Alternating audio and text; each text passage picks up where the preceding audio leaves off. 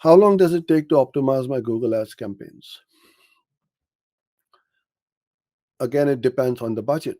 If you are spending hundreds or thousands of dollars or pounds in a day, obviously you're going to get more data into the account a lot more quicker than if you were spending 10 or 15 pounds a day. So it really depends on how small or big your budgets is.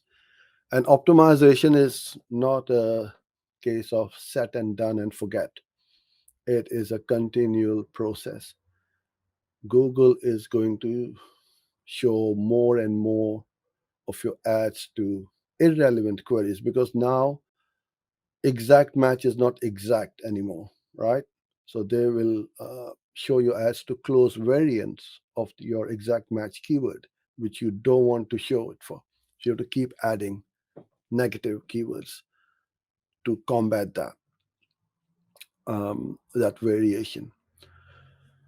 It's a continuous process, but to give you an idea, as long as you are brand new to Google, you haven't got any data in your account, and you're starting with a small budget of about under £100 or dollars a day, I would say at least 90 days you need to